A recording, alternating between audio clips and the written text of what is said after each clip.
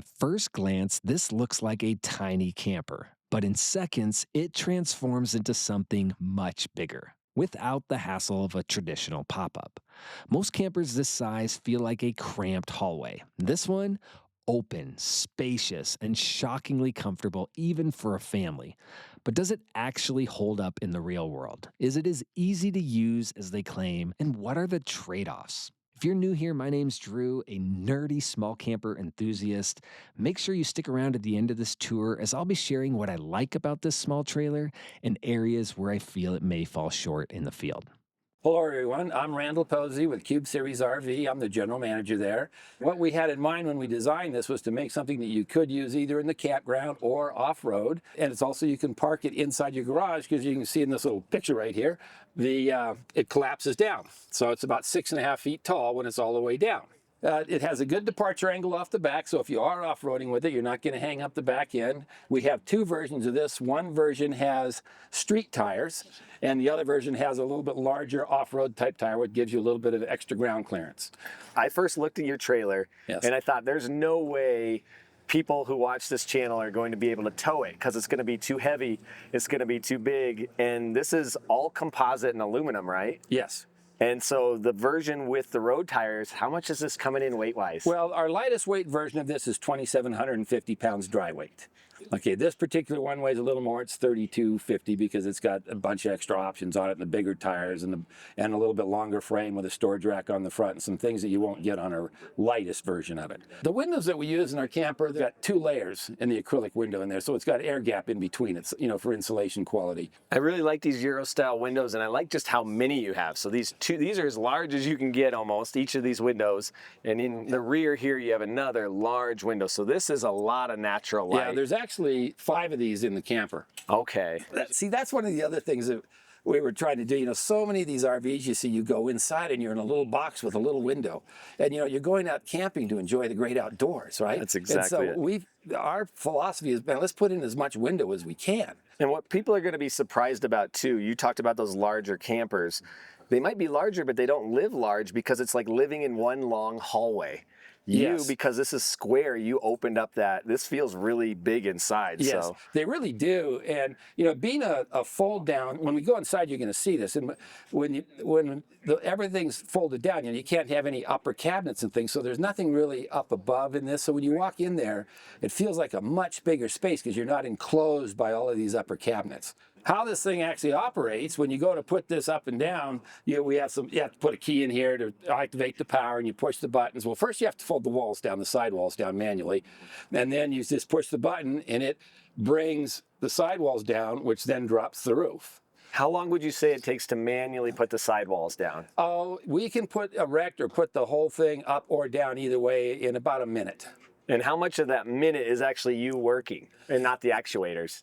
Oh, maybe 15 seconds. Nice. Yeah. Here we have some plugs out here. This is actually access for all your like fuse panel and where some of our controls and different things are is up in here. We have some like battery disconnects and things up in there. This is actually when the unit's equipped with a cassette toilet. This is actually the door for the cassette toilet.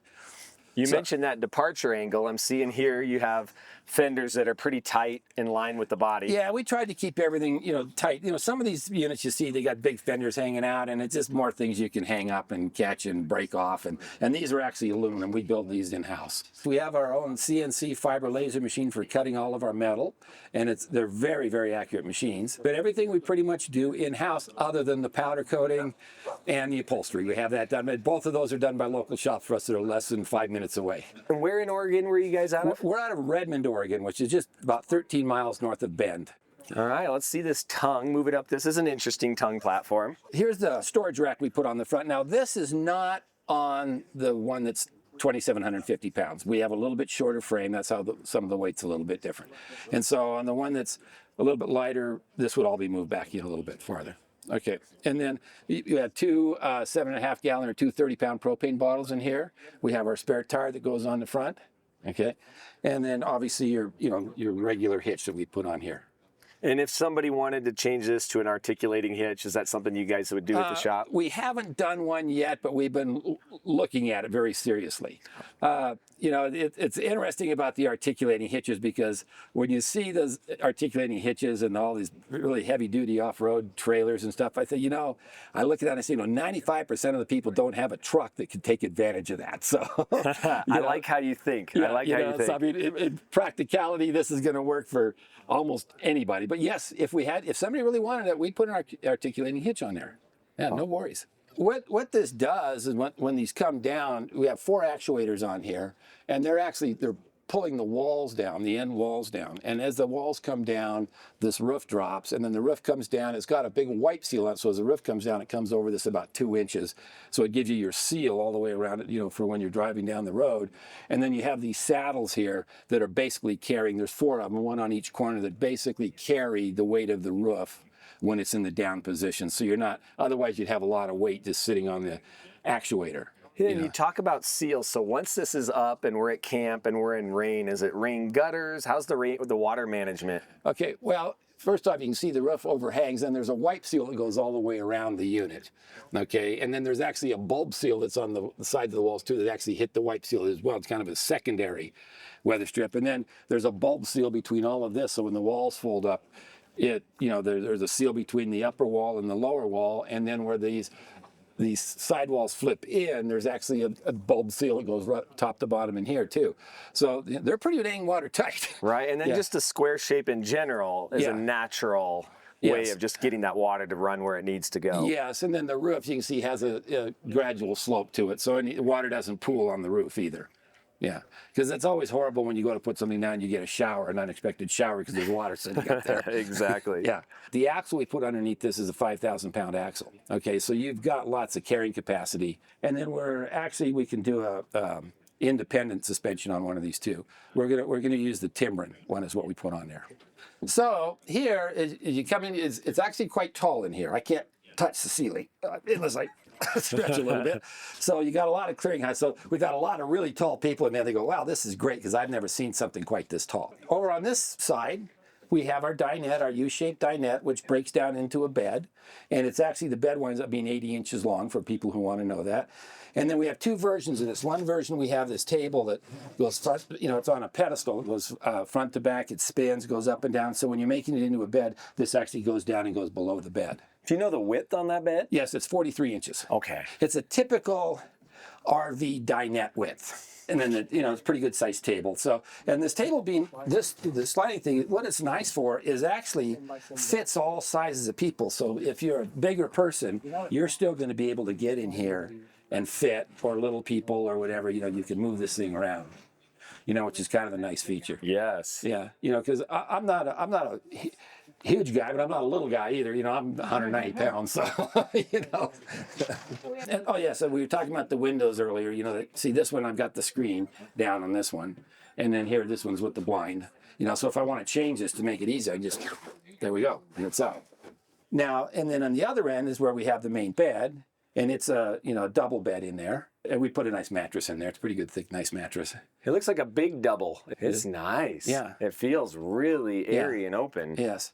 And then we have the kitchen area here. We have a microwave, a refrigerator.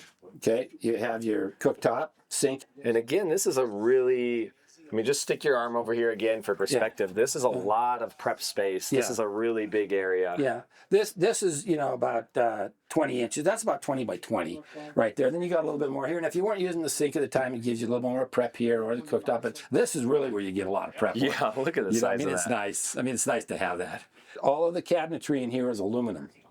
That's how you're keeping that weight down. This is a big trailer to come in at around that 3,000-pound mark. Yes, and it's also very durable. Anybody who's had a conventional RV is going to know that the wood cabinets start falling apart relatively quickly, because your trailers will move and twist and bounce around, and all of a sudden the nails and things are working loose, and their cabinets are not staying together. Yes. Because they're built with very thin material normally in a wood cabinet, because they got to keep the weight down. And so where it's thin too, but it's aluminum. It's 1/8 inch aluminum, or 0.080 is what a lot of this is made of, an 1/8 inch. And so, but they're durable. They're going to last you forever. You've got some good sized storage drawers. And then we actually have two big storage drawers here. Oh wow, these are big. Can you put your arm in there so people can just see how deep that is? it's they're it's Wow. pretty deep. I think these are 10-inch deep drawers, or tall. Yeah. Right, and they are about 3 feet. And then there's actually storage under the bed as well. You have storage on this head side and around the back. So you have to lift the bed to do it. So I'm not going to do it because I don't want to remake the bed. Okay, and then but on this end underneath there is where we have some electronics.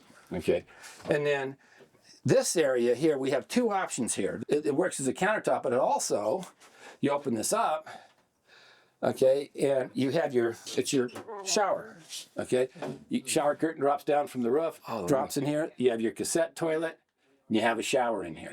But that's a big shot. Can you stand in there Oh, too? yeah. Give us an idea. Yeah, So I'll show his feet in a second. lots of room in here. Yes. And this is very accessible, right? I'm thinking of some of our older viewers who are worried about, do I have standing height in my trailer? Is it easy to get through the door? Do I have a bathroom at night for those bathroom runs? Right. And this is wide open. Yes. Now, this actually is one of our options. Okay, the standard one, the cabinet is not quite as deep. Okay, and instead of having a cassette toilet, there's a place here to store like a porta potty type toilet that you could either use here or take it outside, and then there's no inside shower. You would have an outside shower only. Most customers prefer this, and then 95% of the time this is going to be in the down position. It just gives you a really nice counter space for when you're prepping food and doing other things like that. We put a 20,000 BTU forced air furnace in here that runs off of propane, and then we have 26 gallons of fresh water. Have 26-gallon gray tank, and then obviously the toilet Thetford cassette, which is a 2.5-gallon cassette toilet tank. And am I seeing AC down here too? Yes, that's an option we have as well. Basically a 6,000 BTU AC unit. It's actually just a regular window style that you would put in a house. And that's what we're finding. Most people prefer that because easy to just trade it out down the road, 10 years down the road. And then you said when you come in here, you'll kind of show us the process of when you would take this down. Oh yeah, the first thing I would do is I crawl up on the bed, right? And I undo these slide bolts. And I'll just go up here, and I'll do this one. Then I'm going to go over there and I'm going to do that one. Okay. Okay. And then, so when I come down here, now because that one's already undone, I stand here, I undo that one, I lay the wall down. Okay. I walk over here, I stand in the doorway, I pull the flush bolt, and I lay this one down, and the doorway just kind of comes around me. So based on the design I'm seeing, the only thing that really needs to be moved is your pillows, right? Yeah, or basically you can just kind of almost lay them flat on the bed because the pillow is just going to squash down with the walls. Or what I do a lot of times, I'll put a lot of my extra gear in here and I throw the pillows in on top. And then you have to lay these cushions down. Okay. Because they're a little bit taller than the pivot point. And so talking about the aluminum and the composite walls here, is there any insulation? Is there an R value on this? Yeah, I don't know exactly what it would be. The foam, they're 1-inch thick walls. So you're probably, I don't know, just off the cuff, I'm going to say you probably got an R2, R3, maybe an R4 in here. You know, but you got a 20,000 BTU forced air furnace in here, and we could be standing in here in 0-degree weather with the door wide open and the furnace running, and it'll stay warm. It'll stay hot, if you want to turn the thermostat up. So there's no issue with keeping warm. Okay, now for those pros and cons. The fact that this doesn't feel like a hallway, lower drawers, no overhead cabinets, this is my type of trailer. If you've camped in trailers this size, you know how important that is. As a family of 4, I've spent plenty of nights crammed into narrow spaces, and trust me, it gets old fast. Even with just 2 people, a hallway-like layout isn't ideal. I've been saying for years that more open designs like the Cube series make a huge difference. Their use of metal and composite is a great alternative to wood, glue, and screws. Plus the solid roof and sidewalls, rather than the typical canvas used in pop-up campers, means no mold, quieter sleeping, and a little extra peace of mind if you're venturing into bear country. You also have a trailer that's small for storage and towing, but transforms into a much larger camper when set up. That kind of flexibility is hard to put a price on.